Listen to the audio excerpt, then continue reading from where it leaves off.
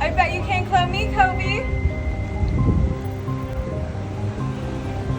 That's me swabbing your DNA off the car that you lit. Unfortunately, after a few scientific tests went wrong in my laboratory, I was unable to fully clone you. But I'm not one to give up, so I waited till you posted on your Instagram so I could see where you were. You tagged the location, John Reed, downtown Los Angeles. I clicked the location, and you happened to be only 9 minutes from me. I took my cloning kit and headed straight to John Reed Gym. After I finally saw the building, I double-checked and went straight inside. No one said anything to me. I'm not sure what they thought, but I know the quote that says, if you look like you own the place, you could get away with anything. I then walked right in front of the front desk and went straight downstairs so I could find you and clone you. This gym was absolutely magnificent. I didn't know if I was in a mall, a club, or a gym. It looks crazy. I kept walking till I saw some workout equipment and I looked inside. You were not in the yoga room. I was not gonna give up. I'm gonna find you until I see you so I could clone you. I went to the next room. It was some sort of pink room with a bunch of seats, but you were not in there, so I kept walking. I then finally saw some workout machines. I looked inside and you were not in there working out, so I was getting a little scared. Where could you be? I then kept walking until I hit the main gym where all the equipment is. You had to be in there. I didn't know how big the room was, but I peeped inside to make sure you were in there.